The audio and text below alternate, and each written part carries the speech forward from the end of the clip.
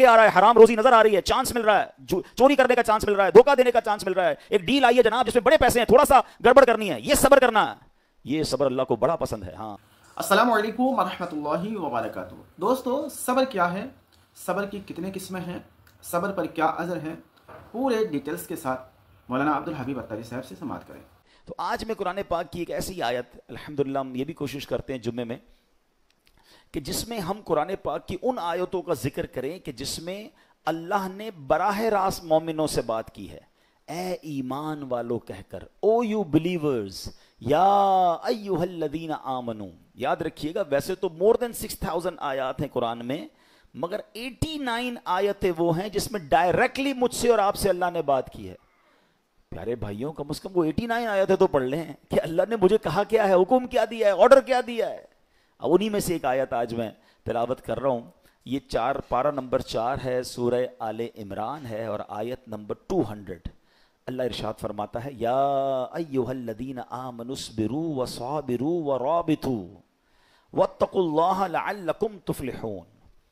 ترجمہ قرآن, اے ایمان والو صبر کرو اور صبر میں دشمنوں سے آگے رہو, اور اسلامی سرحد کی نگہبانی کرو, اور اللہ سے ڈرتے رہو اس امید پر کہ تم کامیاب ہو جاؤ. اس میں 2-3 بڑے پیارے میسج ہیں. اس آیت میں ارشاد فرمایا, اے ایمان والو نیکیاں کرنے, گناہوں سے بچنے کی مشقت, دنیاوی مصیبتوں اور آفتوں پر صبر کرو, اور جنگ کی سختیوں کے موقع پر صبر کرنے میں کفار پر غالب رہو. صبر و استقامت میں ان سے کمتر ثابت نہ ہونا, اور اسلامی سرحد پر اپنے جسموں اور گھوڑوں کو کفار سے جہاد کے لیے تیار رکھو. اللہ تعالیٰ کی اطاعت پر کمر بستہ رہو, اور تمام سوال میں, تمام احوال میں اللہ تعالیٰ سے ڈرتے رہو, اور اس امید پر کہ تم جہنم سے نجات پا کر جنت حاصل کرنے میں کامیاب ہو جاؤ. اب یہاں میرے پیارے اسلام میں کچھ الفاظ کے ذرا تفصیل سے معنی. صبر اور مصابرہ کا معنی. صبر کا معنی ہے نفس کو اس چیز سے روکنا جو شریعت اور عقل کے تقاضوں کے مطابق نہ ہو, اور مصابرہ کا معنی ہے دوسروں کی ایذا رسانیوں پر, کوئی تکلیف پہنچائے تو اس پر صبر کرنا. یاد رہے, صبر کی 3 قسمیں ہیں. نیکیوں میں صبر, جیسے بعض اوقات انسان نیکی کرتا ہے تو اس کو تکلیف ہوتی ہے, مشکل ہو رہی ہوتی ہے, فجر کے لیے اٹھنا ہے, نیکی کی دعوت دے رہا ہے تو کوئی مخالفت کر رہا ہوتا ہے, دین کا کام کر رہا ہوتا ہے تو رکاوٹیں آ رہی ہوتی ہیں, تو نیکی کرنے میں جو تکلیف ہو اس پر صبر کرنا, یہ ایک صبر کی قسم ہے. دوسرا, ممنوعات سے بچنے کی مشقت پر صبر, جیسے گناہ کرنے کو جی چاہ رہا ہے, گناہ کرنا آسان ہو گیا ہے, موقع مل رہا ہے, اور انسان اب کوئی روکنے والا بھی نہیں ہے, اب وہ صبر کر رہا ہے, اب وہ اپنے آپ کو روک رہا ہے.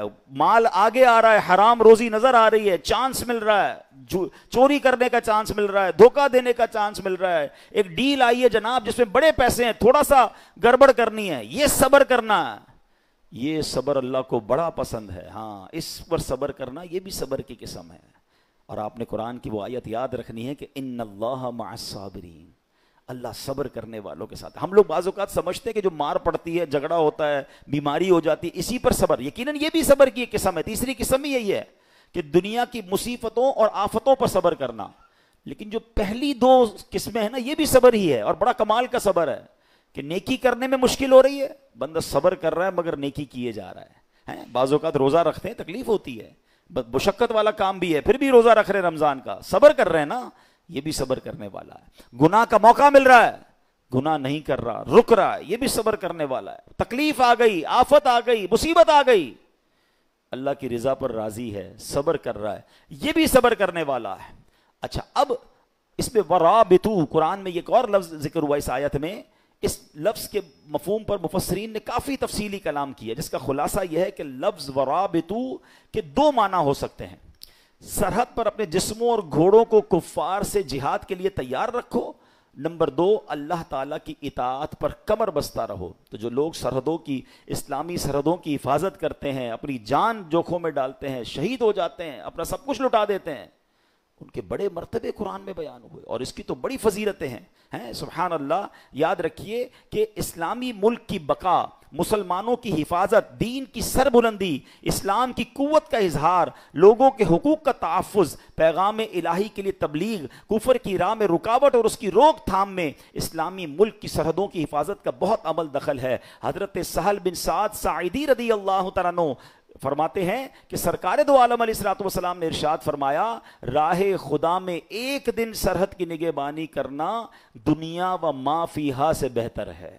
یعنی دنیا اور اس کے اندر جو کچھ ہے وہ سب سے بہتر یہ ہے کہ اللہ کی راہ میں اسلامی سرحدوں کی حفاظت کی جائے. تو اخلاص کے ساتھ جو یہ کام کرتے ہیں وہ ان کے بڑے مرتبے ہوتے ہیں.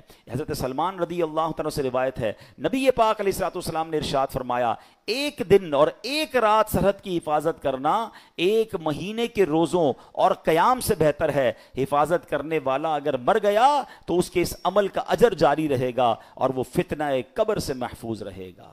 تو یہ نصیب والوں کا حصہ ہوتا ہے. ٹھیک ہے، اب ہم نے دو باتیں اس آیت سے سیکھی کہ ایک صبر کرنا ہے، مصیبت آئے تو صبر کرنا ہے. نیکیاں مشکل لگ رہی ہیں پھر بھی نیکیاں کرنی ہے، فرض پورا کرنا ہے، صبر کرنا ہے. اور اسی طرح گناہ کرنے کا موقع مل رہا ہے، چانس مل رہا ہے، بڑھ کر گناہ آ رہا ہے، اپنے آپ کو روکنا ہے، صبر کرنا ہے. یہ سب صبر میں شامل ہے. اور پھر ہم نے اسلامی سرحدوں کی حفاظت کے بارے میں سنا. اسی طرح میرے پیارے اسلامی بھائیوں، نبی پاک نے ایک بار صحابہ کرام سے فرمایا، تمہیں ایسی چیز نہ بتا دوں جس کے سبب اللہ تعالیٰ خطائیں مٹا دے اور درجات بلند کرے؟ عرض کی حضور ضرور بتائیے.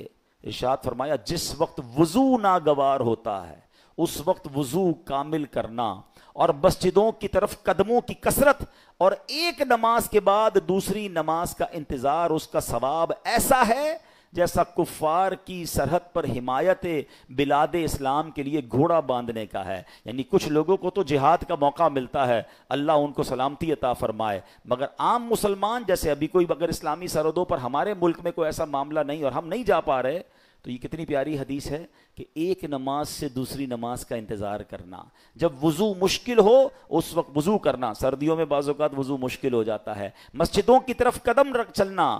تو آقا فرماتے ہیں اس کا ثواب ایسا ہے کہ کفار کی سرحد پر حمایت بلاد اسلام کے لیے گھوڑا باندھنے کا. تو اے میرے پیارے اسلامی بھائیوں، قرآن پاک کی آیتوں میں ہم سب کے لیے بہت سارے میسج ہیں. آج بڑا مسئلہ یہ ہے کہ ہمارے اندر سے صبر ختم ہوتا جا رہا ہے. آج بے صبری کا دور ہے. چھوٹی سی مشکل آ جائے، چھوٹی سی پریشانی آ جائے، ہم شکوہ کرتے ہیں، ہم شکایت کرتے ہیں.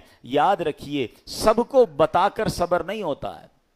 بعض اوقات ہمارے ساتھ کوئی پرابلم ہو، پورے محلے کو بتایا، ارے بھائی بڑا مسئلہ ہے، کاروبار ڈاؤن ہو گیا ہے، طبیعت بالکل ٹھیک نہیں ہے، فلاں نقصان ہو گیا ہے، سب کو بتا کر آخر میں کہتے ہیں جناب میں تو صبر ہی کر رہا ہوں. یہ صبر نہیں ہے. صبر پتہ ہے کس کو کہتے ہیں؟ میں جانوں میرا رب جانے.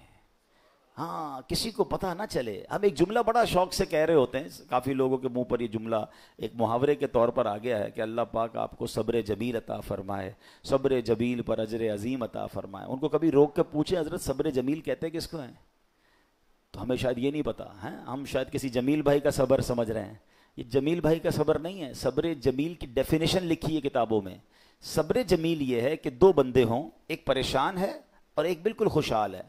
آپ کو دونوں کو دیکھ کر پتہ نہ چلے کہ پریشان کون ہے. میرا چہرہ بھی نہ بتائے. اچھا ہم زبان سے نہیں بتاتے، چہرے سے پتہ چل جاتا ہے، بھائی خیر تو ہے آج آپ کی طبیعت، آپ کا منہ اترا ہوا ہے، تو ہاں بس یار وہ فلاں مسئلہ ہو گیا فلاں. نہیں، کسی کو پتہ ہی نہ چلے. صبر یہ جو جس صبر کو سبحان اللہ جس کی برکتیں ہیں نا، پھر دیکھیں غیب سے کیسے مدد آتی ہے. وہ نعت کا شعر سنا ہوگا نا، کسی کا احسان کیوں اٹھائیں، کسی کو حالات کیوں بتائیں، تم ہی سے مانگیں گے تم ہی دو گے، تمہارے در سے ہی لو لگی. اچھا مجھے ایک بات بتائیں، میں اپنی بیماری کسی کو بتا دوں، کیا وہ علاج کر دے گا؟ میرا نقصان ہو گیا کاروبار میں، اس کو بتاؤں گا کیا پیسے دے دے گا؟ ملنا کچھ نہیں ہے، صبر کا ثواب جا رہا ہے.